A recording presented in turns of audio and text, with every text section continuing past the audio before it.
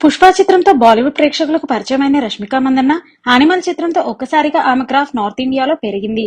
Sandeep Reddy Vanga direction లో వచ్చిన animal చిత్రంలో ఆమె నటనకు మంచి మార్కులే పడ్డాయి. అందులో గీతాంజలిగా ఆమె ఒక బలమైన పాత్రలోనే కనిపించింది.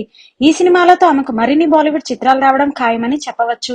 ఇటీవల ఓ ఇంటర్వ్యూలో పాల్గొన్న రష్మిక తన సహనటులు అమితాబ్ బచ్చన్, రణబీర్ కపూర్, విజయ్ దేవరకొండ, అల్లు అర్జున్ గురించి ప్రత్యేకంగా మాట్లాడింది. ముఖ్యంగా అమితాబ్ సార్ చాలా సరదాగా ఉంటారని ఆమె తెలిపారు. షూటింగ్ సమయంలో ఎవరైనా ఆయనకు కనిపిస్తే వయసులో తేడా చూడకుండా అందరినీ ఒకేలా గౌరవిస్తారని తెలిపింది.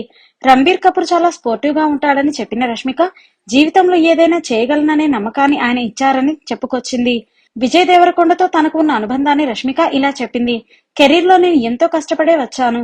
నేను చేసే ప్రతి పనిలో విజయ్ సహకారం ఎప్పుడూ ఉంటుంది.